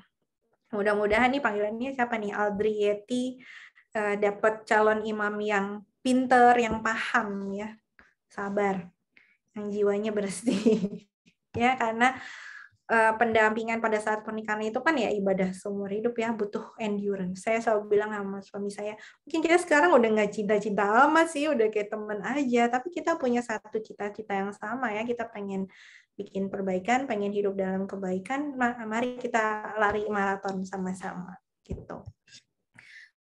Oke, itu ada lagi, ini kayaknya karena ngetik mungkin agak lama ya. Kalau mau langsung. Iya dok. Sebetulnya ada pertanyaan lagi dok dari anonim mengenai saran bagaimana cara kita melakukan konseling atau edukasi mengenai child free ini dok, karena seperti yang telah dokter jelaskan seringkali child free ini dihubungkan dengan freedom atau HAM dok. Konseling gimana nih maksudnya? Cara pasien atau ke misalnya ke teman. Kalau ke teman sih bicaranya bukan konseling kali ya, gitu. Ya, kalau misalnya kita berhadapan, ini ya saya bagi-bagi deh. Misalnya kalau ke pasien gitu ya, kita ya datanya banyak, yang data yang tadi boleh, tapi pelan-pelan karena gini. Kita harus cari akar kebanyakan permasalahannya itu di pemikiran ya, bukan kekhawatiran nggak punya uang kayak gitu, atau kekhawatiran tadi ada satu pertanyaan belum dijawab ya di chat, maaf. Luka masa lalu ya, trauma. Nah, jadi menyambung ini juga ya, trauma mungkin karena ada trauma masa lalu gitu. Nah, ini sebenarnya psikologi yang menggaungkan inner child yang terluka itu juga salah satu produk pemikiran Barat sebenarnya. Kenapa? Karena di kita gitu ya, kan tidak semua yang terluka itu akan menjadi manusia yang nggak benar juga gitu ya. Kalau di Quran ya hatta seorang Nabi Yusuf itu adalah nabi dengan penjagaan, tapi dia mengalami jeopardize yang sangat hebat dalam kehidupannya dan dia tidak menjadi penjahat gitu ya. Nah itu. Jadi kalau untuk teori inner child, saya bukan orang psikologi, tapi kalau ngobrol sama teman psikologi, ya itu sebenarnya teorinya juga bukan bawaan dari Islam ya gitu.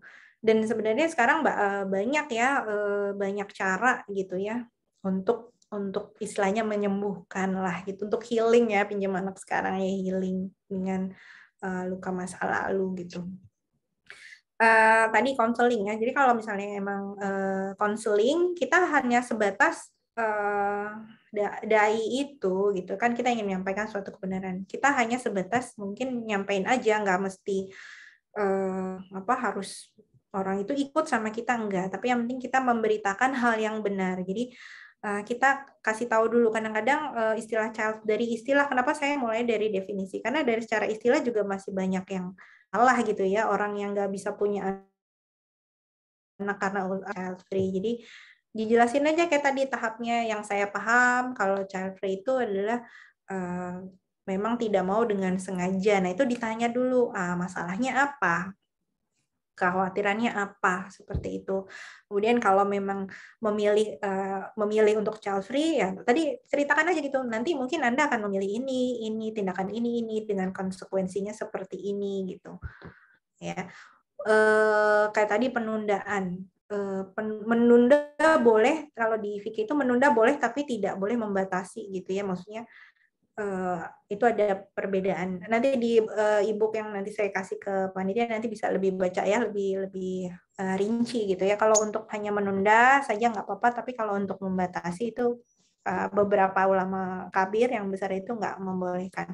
Jadi kalau mau menjelaskan masalah child free ini, kita lihat dulu ya teman yang kalau pasien kita bisa pakai data medis lah gitu. Tapi kalau misalnya ke teman atau ke kakak, adik itu ya banyak ya sekarang, banyak sekali gitu ya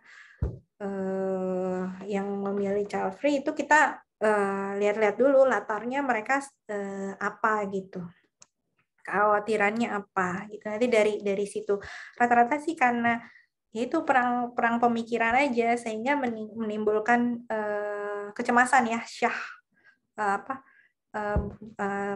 persangkaan gitu ya. Aduh nanti begini, nanti begitu, padahal belum tentu kejadian gitu. Tapi memang punya anak itu bukan suatu pekerjaan yang mudah juga gitu. Ya. Jadi nggak beritakan kita lihat kalau orang modelnya logis, ceritakan dengan data-data. Kalau orangnya senang dengan teori-teori yang dari agama Islam, ya kita hadirkan dari segi fikih manfaatnya kayak yang tadi ya, tujuan pernikahan itu apa gitu. Jadi nggak harus menyelamatkan orang itu dari pilihannya, kemudian ingatkan lagi masalah pilihan. Makanya tadi saya tutup dengan masalah ikhtiar, karena kita sering salah. Kita memilih sebenarnya, Allah itu pengennya yang namanya kebebasan kita itu kita tetap punya hak pilih, tapi pilihlah di antara pilihan yang baik. Ya, itu tuh yang suka. Saya juga waktu dapat belajar dari ustadz saya, gitu, dari guru saya, oh ternyata begitu ya, ikhtiar itu dari khair. Jadi Allah tuh sayang kita. Kalau pilihannya itu buruk, maka itu bukan pilihan. Tuh, mungkin bisa gitu ya, dimasukkan ke ranah itu. Itu kurang lebihnya. Ini ada lagi pertanyaan? Ada dok, ini kirim chat langsung ke saya dok. Izin bertanya terkait dengan pasangan yang memang memiliki kondisi infertilitas primer ataupun sekunder, kapan diperbolehkan untuk memutuskan child free, atau apakah sangat disarankan untuk melakukan proses invasif seperti IVF ataupun HC, intracytoplasmic sperm injection untuk wanita, ataupun TC atau MEC untuk pria terlebih dahulu sebelum memutuskan hal tersebut. Iya. Biasanya ya pasien nggak akan memilih child free sih, karena memang tujuan ketika pasien itu atau orang berjuang untuk punya anak gitu, dia memang yang ingin ya gitu. Jadi maksudnya saya gini, nggak usah dimasukin ke dalam definisi child free. Oh, nih orang ternyata child free. Kenapa? Karena kita tahu riwayatnya sebenarnya dia tidak punya anak bukan karena keinginannya gitu ya. Kita harus bedakan dengan saya punya pasien juga gitu ya, bolak-balik sampai dalam kondisi, tuh udah pasrah dok, udah capek. Terus lantas bilang gini, ibu child free ya, nggak boleh, nggak juga gitu ya, nggak bisa kita definisikan seperti itu gitu ya. Ya sama kayak kita pada lagi sabar, bukan berarti kita berdosa dengan ketidakmampuan kita untuk menahan sabar kita pada saat itu. Jadi kalau untuk ikhtiar ya, ibaratnya gini, Allah tuh juga nggak pernah nggak semua orang bisa IVF, tapi kalau punya kemampuan itu ya harus gitu. Makanya sedekahnya Utsman, sedekahnya Umar, Abu Bakar itu beda-beda gitu. Ada yang udah semuanya, ada yang setengahnya dengan pertimbangan seperti ini. Jadi begitulah Rasulullah itu mendidik kita itu nggak pernah memaksakan kamu harus begini, kamu harus seoptimal mungkin, harus seperti ini, enggak. Karena semua orang, semua jiwa itu punya perjalanannya masing-masing gitu. Jadi kalau misalnya dengan biaya yang banyak gitu ya, mau coba IVF terus ya, kayak masih punya cadangan frozen embrio gitu. Kalau masih punya biaya ya silakan. Biasanya terhenti di masalah itu ya, biaya. Atau ada yang teman saya ya, mulai dari segala macam sampai dia berobat, ternyata ada autoimunnya diobatin gitu, sampai pada saat ini dia sampai bilang, ya Allah, bukan aku yang meniatkan tidak menjalankan tugas gitu, tapi lihatlah ikhtiarku sudah sejauh ini. Jadi nggak lantas kita berhenti dari promil kita jadi masuk ke child free ya, nggak seperti itu plus gitu ya.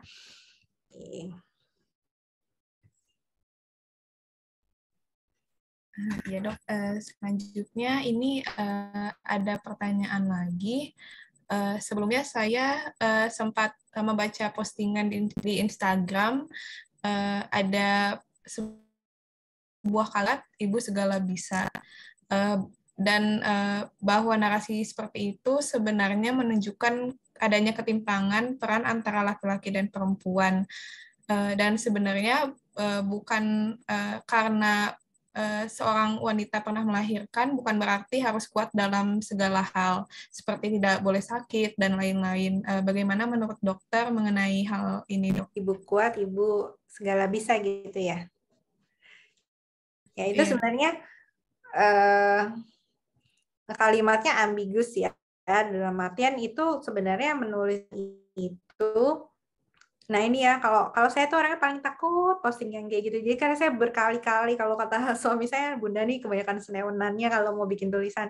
Ya karena ini ya, ketika audiens membaca, sebenarnya kita harus baca lagi di bawah. Jadi si penulis itu menulis kalimat itu, dia dalam kondisi apa? Apakah dia ingin, saya ikut satu yang punya teman saya di Malaysia, bukan teman saya langsung lah, teman saya, itu dia selalu bikin tulisan untuk support ibu bekerja, ibu tuh harus punya waktu untuk anaknya, harus self reward gitu. Itu kalau misalnya saya nggak tahu tujuan dia nulis itu apa, ya mungkin oh ini ya itu tadi maknanya berbeda, kita nggak butuh laki-laki.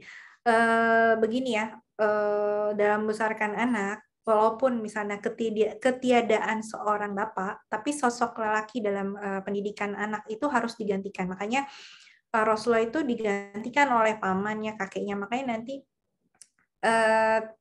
kalau misalnya single mother gitu ya, ada masalah kayak gitu, itu biasanya kita kurang menghadirkan sosok bapak. Dan kebanyakan sekarang permasalahannya, nah ini untuk bapak-bapak ya, ilmu tentang koamnya, kalian harus sejauh apa koamnya itu juga harus belajar gitu ya, karena nggak cuma urusan kerja, dapat uang, anak bisa makan, bisa sekolah, ya istri bisa healing, ini semua gitu, tapi harus hadir ya, karena interaksi itu yang perlu gitu, harus hadir. Anak itu harus lihat, oh laki-laki tugasnya ini. Ya, jadi tadi kalau slogan ibu kuat, ibu segala bisa, ya memang bapak pun harus begitu. Ya, tapi tanpa menyingkirkan, ya kalau misalnya kita berpikir, oh ini ya itu berbau-bau inilah ya, misalnya kesetaraan gender gitu. Ya, itu juga hati-hati, nanti kita lihat latar belakang penulisan sebenarnya dia ingin mengisahkan apa gitu ya. Ini nggak usah terlalu pusing, lihat aja dia mau apa nih, mau nyemangatin atau justru pengen nyepet suami gitu ya. Mungkin dia lagi kesel kayak gitu, bisa aja. Ya, itu banyak yang hilang sosok bapak itu, makanya banyak sekali parenting itu mengundang bapak, dan Al-Qur'an lebih banyak bercerita soal bapak. Ya, karena peran bapak-bapak itu Masya Allah ya.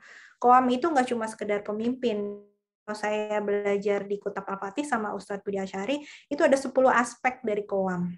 Ya, saya udah lupa juga, udah lama, 2 tahun yang lalu. Ya, nggak cuma sekedar memberikan nafkah, tapi perlindungan. Perlindungan nggak hanya fisik, tapi jiwa anak itu perlu dilindungi. Ya, apalagi sekarang dunianya udah makin kacau gitu. Jadi kalau bapaknya cuek, nggak hadir dalam keseharian, ya nanti jangan salah kalau tiba-tiba anaknya, mohon maaf ya, berperilaku seksual menyimpang, misalnya homoseksual, karena dia nggak mendapatkan figur, oh laki-laki nih yang harus begini nih gitu. Ya, jadi proyek bersama. Ya, saya selalu bilang kalau misalnya suaminya mana Bu, ini proyek bareng nih gitu ya. Saya selalu bilang nanti minggu depan atau pertemuan selanjutnya bapaknya harus datang ya. Saya selalu. Oke, dan tugas bapak itu ya yang paling utama apa coba? Memilihkan calon ibu yang terbaik untuk anaknya. Ya, itu tugas bapak paling pertama ya, cari istri yang baik. Do not choose women from bad houses ya, jangan pilih wanita cantik tapi dia datang dari rumah yang buruk, maksudnya yang ya mungkin keluarganya bermasalah atau pendidikan istrinya bermasalah. Ya itu buat bapak-bapak nih, alhamdulillah ya, mudah-mudahan didengar ya. Oke, masih ada atau sudah? Ada Dok, satu pertanyaan lagi. Ya. Selamat sore dokter, saya izin bertanya, bagaimana jika keputusan child free ini didasari oleh faktor ekonomi yang kurang ataupun kesiapan dari ibu yang belum matang lah. Bukankah keputusan tersebut merupakan solusi bagi permasalahan ini, mengingat hal ini juga akan berdampak terhadap anaknya nanti, Dok? Oke. Ini kita bicaranya pasangan baru menikah yang belum punya anak gitu ya. Nah gini, masalah ekonomi. Nah ini ekonomi kan diusung-usung gitu ya. Saya jadi ingat celoteh anak saya aja gitu ya. Dia bilang, Bunda, alhamdulillah nih Bunda sama Abi baik sama aku. Nanti kalau aku dapet suami yang nggak kayak Bunda sama Abi, selalu nyediain macam-macam buat aku gimana ya? Terus saya bilang, kalau kita khawatir ekonomi anak kita tidak bisa senyaman kita, tapi minimal kebutuhan dasar itu terpenuhi ya. Maksudnya kita kadang-kadang khawatir, wah nanti anak kita nggak bisa jalan-jalan nih kayak kita, nggak bisa punya bagus nih kayak baju bagus kayak kita gitu. Nah itu ekonomi itu menurut saya itu kembali ya ke rasa syukurnya kita dan ikhlasnya kita. Maksudnya nggak perlu mewah, tapi karena kalau saya lihat gitu ya, saya lihat IG atau tulisan-tulisan anak sekarang itu dia membandingkan dirinya yang sekarang yang orang tuanya udah sukses, dia udah seneng kayak gitu ya, terus dia pengen punya anak, aduh tapi duit gue nggak sama nih kayak orang tua gue gitu, nanti nggak hidup nih anak itu. Padahal kan standar untuk membesarkan anak ya sandangnya cukup, pangan nggak perlu mewah. Nah itu yang perlu kita manage ya, rasa syukur dan rasa ini cukup loh gitu. Tapi nanti ya kalau sudah berumah tangga merasakan sendiri ya. Kita dari awal mungkin kayak saya mulai dari nol, dari gaji zaman dulu 650.000 gitu. Saya mikir sekarang bisa jadi apa ya gitu. Terus tiba-tiba punya anak satu, gaji naik 1,8. Terus nanti anak kedua 5 juta. Terus kayak gitu ya. Ya itu out of the record aja. Tapi itulah yang terkadang membuat saya yakin Allah tuh nggak tidur gitu. Allah tuh akan, kalau kita usaha ada.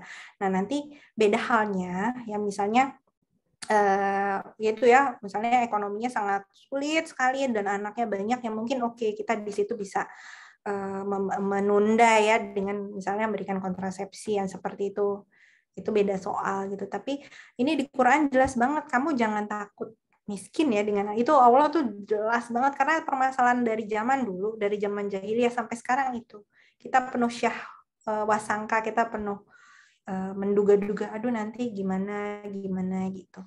Padahal anak kita nggak perlu kita hadirkan kehidupan mewah yang bisa traveling kayak kita sekarang. Pada saat mereka hadir pertama kali mungkin ya pakaian, makanan, dan kehadiran orang tua yang sebenarnya perlu ya gitu. Mudah-mudahan nanti yang ekonominya belum lapang, ketika memang udah ketemu calonnya, ekonominya jadi lapang gitu ya. Ingat, nggak perlu mewah. Membesarkan anak itu tidak perlu mewah. Ya Allah alam ya. Itu pastilah kalau ngobrol sama yang lain ya, namanya berumah tangga itu ada aja gitu ya. Cobaannya ada aja. Tapi jangan berputus asa lah ya, apalagi di sini kan calon dokter atau udah ada yang jadi dokter, ya insya Allah lah gitu ya.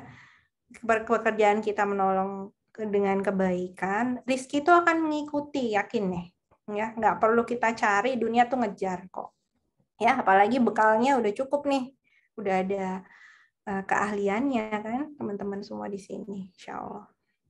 Ada lagi mungkin?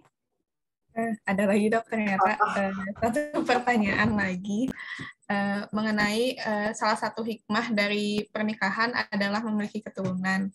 Bagaimana pandangan Islam untuk menikahi wanita yang memiliki halangan untuk memiliki anak, contohnya pada kondisi amenorrea primer, dan bagaimanakah saran untuk wanita tersebut?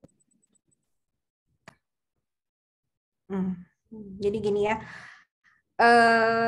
Masya Allah ya, saya juga punya teman SD ya seperti ini. Jadi tadi kan itu yang kedua ya untuk memiliki keturunan. Tapi yang pertama itu menjaga kehormatan. Jadi ya nggak masalah ya. Nanti asal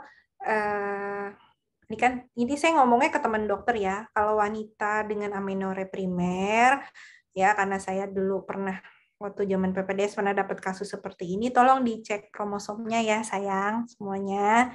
Pastikan wanita. Kenapa? Karena pernah ada kasus ya di poliendokrin ketika dia masuk balik, ya ternyata muncullah tanda-tanda laki-lakiannya. Jadi ternyata memang secara kromosom ternyata XY, tapi ya hormonnya rendah lah ya pada saat itu, ada densus testis segala macam, jadi kelamin luarnya seperti perempuan. Ini waktu saya zaman sekolah itu sampai diputuskan di persidangan ya, ini mau laki apa perempuan seperti itu. Jadi untuk amenorrhea primer ini kasusnya bukannya banyak ya, tapi ada teman SD saya sendiri juga ini amenorrhea primer. Itu perlu disampaikan ya, karena menikah itu kan dua keluarga yang bergabung, jadi nanti yang laki-laki juga harus sampaikan ke keluarga bahwa cabarannya atau permasalahannya katakanlah amenorrhea primer yang nggak bisa di treatment gitu ya. Untuk nanti punya anaknya, di Islam sampai saat ini tidak membolehkan surrogate mother. Kenapa? Karena kita tahu ya dari Al-Quran sendiri dan dari segi sains, ketika embrio itu nempel berupa alaqoh. Alaqoh itu bahasa Arabnya artinya sesuatu yang bergantung. Itu akan darah surrogate mother pasti akan bercampur dengan darah anak itu. Jadi kita sampai saat ini ya hukum ulama secara internasional itu nggak membolehkan surrogate mother. Paling kalau memang pengen sekali maka adopsilah ya. Adopsi satu yang dibolehkan dalam Islam. Kenapa? Karena Rasulullah juga punya banyak anak angkat ya, walaupun nanti ada batasan-batasan yang harus dijalani ya, masalah mahram dan bukan mahramnya itu gitu. Jadi itu suatu yang menurut saya big deal yang harus disampaikan terutama ke keluarga pihak laki-laki ya. Jangan sampai nanti di kemudian hari kok nggak hamil-hamil, nggak ini nggak itu ya. Gitu ya. Kalau kita mau pengen sekali punya anak, silakan untuk masalah adopsi itu diperbolehkan ya.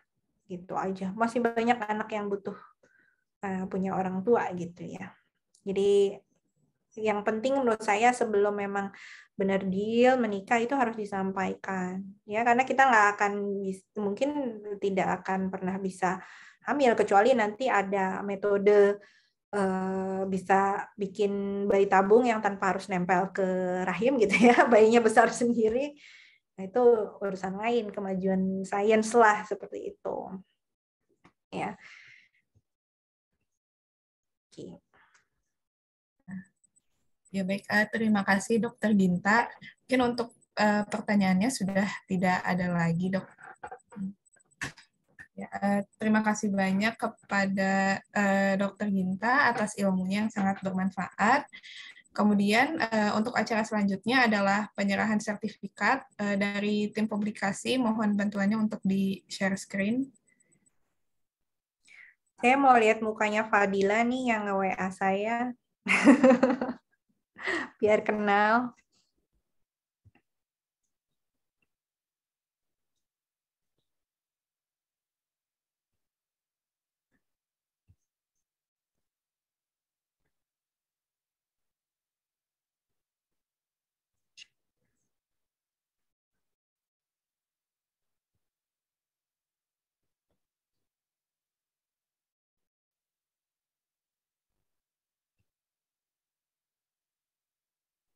Terima kasih ya, jazakumullah khairan buat panitia.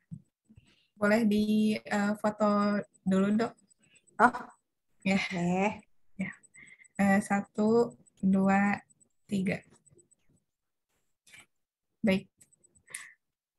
Sekali lagi terima kasih kepada Dokter Ginta. Apabila dokter hendak meninggalkan Zoom, dipersilahkan, Dok. Ya. Sebelum meninggalkan, saya mengucapkan jazakumullah khairan katsiro buat adik-adik. Semoga ilmu yang dititipkan ya kepada adik-adik dengan amanah yang cukup besar ya, berkah ya, membuahkan kebaikan yang terus-menerus. Saya mohon maaf kalau ada salah, itu datangnya dari kebodohan saya ya. Sebagai manusia saya mohon maaf, saya mohon ampun kepada Allah. Mudah-mudahan bisa ketemu secara langsung ya di kemudian harinya. Sekali lagi terima kasih banyak, jazakumullah khairan katsira. Saya izin ya. Assalamualaikum warahmatullahi wabarakatuh.